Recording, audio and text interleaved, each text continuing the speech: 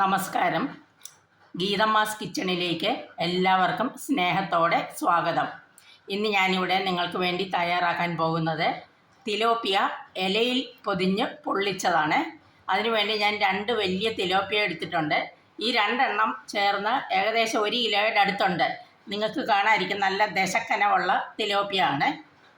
അപ്പോൾ ഇത് 2 എണ്ണം മുറിച്ചിട്ടൊന്നുമില്ല, വരഞ്ഞിട്ട് മഞ്ഞൾ പൊടിയും ഉപ്പും കുരുമുളക് പൊടിയും പുരട്ടി വെച്ചിട്ട് ഒരു അരമണിക്കൂറായി അതങ്ങനെ റെസ്റ്റ് ചെയ്യാൻ വെച്ചിരിക്കുകയാണ്. അപ്പോൾ അതിൽ ഉപ്പും മുളകും ഒക്കെ പിടിച്ചിട്ടുണ്ട്, കുരുമുളക്. അപ്പോൾ ഇനി നമുക്ക് ഇതിനൊരു മസാല തയ്യാറാക്കാം. അതിന് വേണ്ടി സാധനങ്ങൾ എന്തൊക്കെയാണെന്ന് ഞാൻ കാണിച്ചു തരാം. അപ്പോൾ ആദ്യം അതിനായിട്ട് നമുക്ക് ചീനച്ചട്ടി വെച്ച് കൊടുക്കാം. ചീനച്ചട്ടി വെച്ചിട്ട് സ്റ്റൗ കത്തിക്കാം. സ്റ്റൗ കത്തിച്ച് കൊടുത്തിട്ടുണ്ട്. ഇനി ഇതിനകത്തോട്ട് കുറച്ച് വെളിച്ചെണ്ണ ഒഴിച്ചു കൊടുക്കാം. ഒരുമാതിരി നല്ലോണം വെളിച്ചെണ്ണ വേണം.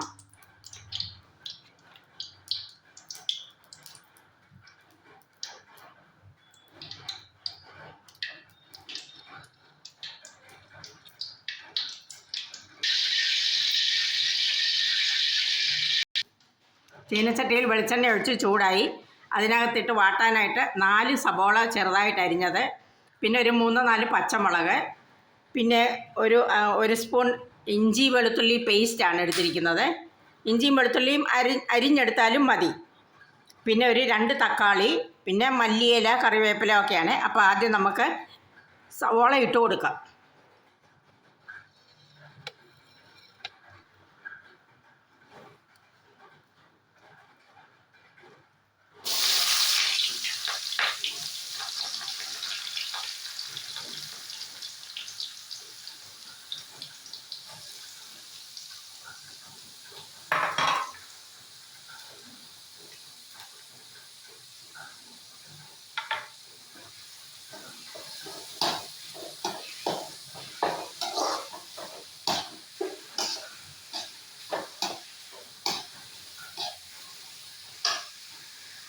സവോളയും ഇഞ്ചിയും വെളുത്തുള്ളിയും ഇട്ട് കൊടുത്തിട്ടുണ്ട്.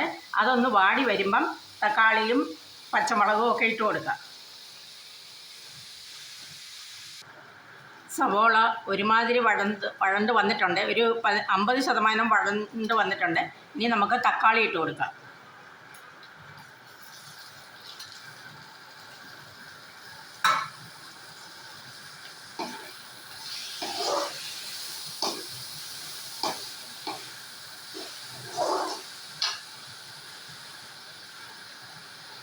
ഇനി ഇതിനകത്ത് ചേർക്കാനുള്ളത് കുറച്ച് പൊടികളാണ്.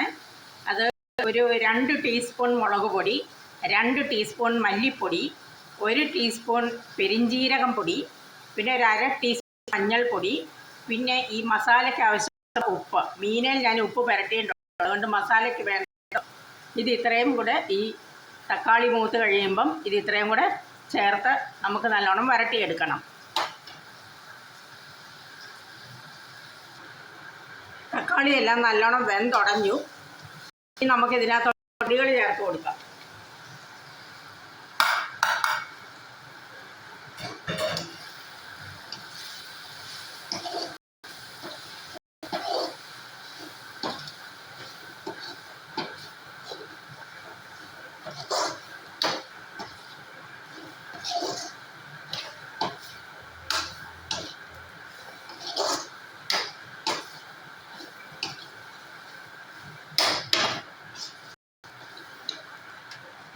മൂത്തു. ഇനിയും ഇതിന് കറിവേപ്പിലയും ഒരു മല്ലിയിലയും കൂടെ ചേർത്ത് ഇളക്കിയിട്ട് ഓഫ് ചെയ്യാം.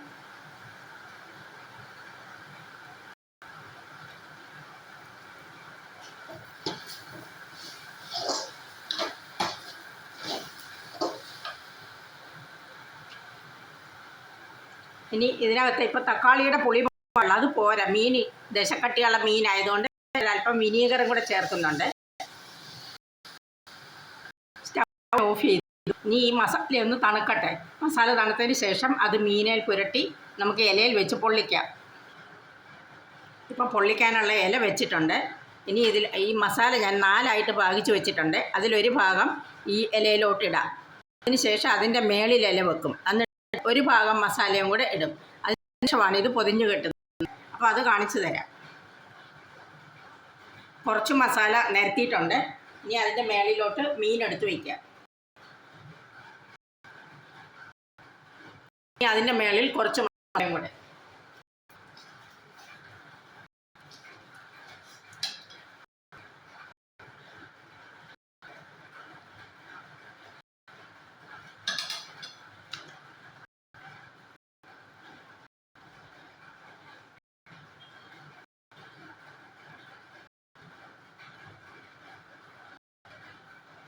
ഇനി ഇതുപോലെ തന്നെ മറ്റേ മീനും കൂടെ റെഡിയാക്കി എടുക്കാം.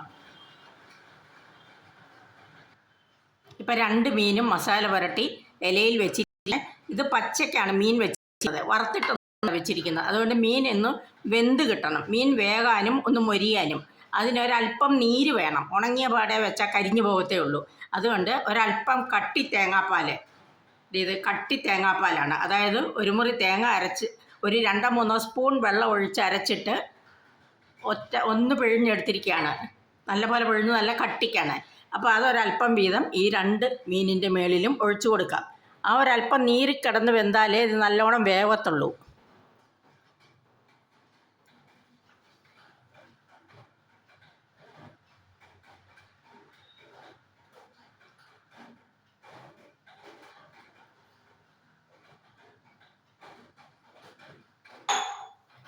കരി ഇല പൊതിഞ്ഞ് കെട്ടുമ്പോൾ അതിനകത്ത് തന്നെ കിടക്കണം. അതാണ് വേണ്ടിയത്. കൂടി പോകാനും പാടില്ല. ഇല പൊതിഞ്ഞ് കെട്ടിയിട്ട് കാണിക്കാം. ഒരു വലിയ മൺചട്ടി വെച്ച് കൊടുത്തിട്ടുണ്ട്. ഇത് ഈ മീൻ 2 ഇലയിൽ പൊതിഞ്ഞ് വെച്ചിരിക്കുകയാണ്. വാഴനാര് കൊണ്ട് കെട്ടി വെച്ചിട്ടുണ്ട് കേട്ടോ. അപ്പോൾ ഇനി ആ ചട്ടിയിൽ ഒരല്പം എണ്ണ ഒഴിച്ചിട്ട് ഒന്നിച്ച്, അല്ലെങ്കിൽ ചട്ടിയുടെ അടി കരിഞ്ഞു പോകും ചിലപ്പോൾ, മീൻ ഡ്രൈ ആയിട്ട് വെക്കുന്നതുകൊണ്ട്. അപ്പോൾ ഒരല്പം എണ്ണ ഒഴിച്ചിട്ട് നമുക്ക് അതിൻ്റെ മുകളിലോട്ട് ഇത് വെച്ച് കൊടുക്കാം.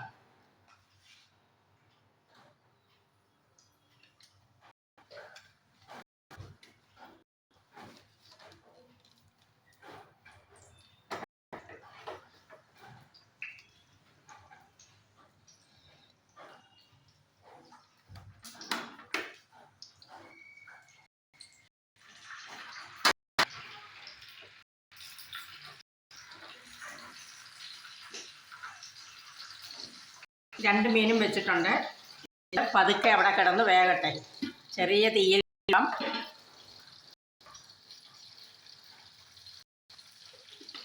ആദ്യം ഒരു 2 മിനിറ്റ് തീ നല്ലോണം ഇരിക്കട്ടെ. അത് കഴിയുമ്പോൾ നമുക്കത് സിമ്മിൽ വെക്കണം. എന്നിട്ട് മേളിലൊരു വെയിറ്റും കൂടെ വെച്ച് കൊടുക്കണം.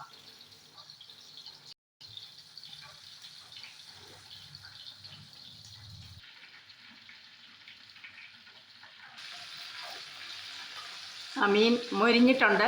ഞാൻ മറിച്ച് 2 നല്ലോണം മൊരിച്ചിട്ടുണ്ട്. ഇനി ഇത് ഓഫ് ചെയ്യാം. അത് കഴിഞ്ഞ് നമുക്ക് തണുത്ത് കഴിയുമ്പോൾ ഇത് മുറിച്ച് കഴിക്കാം. അപ്പോൾ എൻ്റെ ചാനൽ കണ്ടുകൊണ്ടിരുന്ന എല്ലാവരും ഇത് സബ്സ്ക്രൈബ് ചെയ്യുക, ഷെയർ ചെയ്യുക, ലൈക്ക് ചെയ്യുക, കമൻറ്റും ചെയ്യുക, പ്രോത്സാഹിപ്പിക്കുക. നന്ദി. Thank you.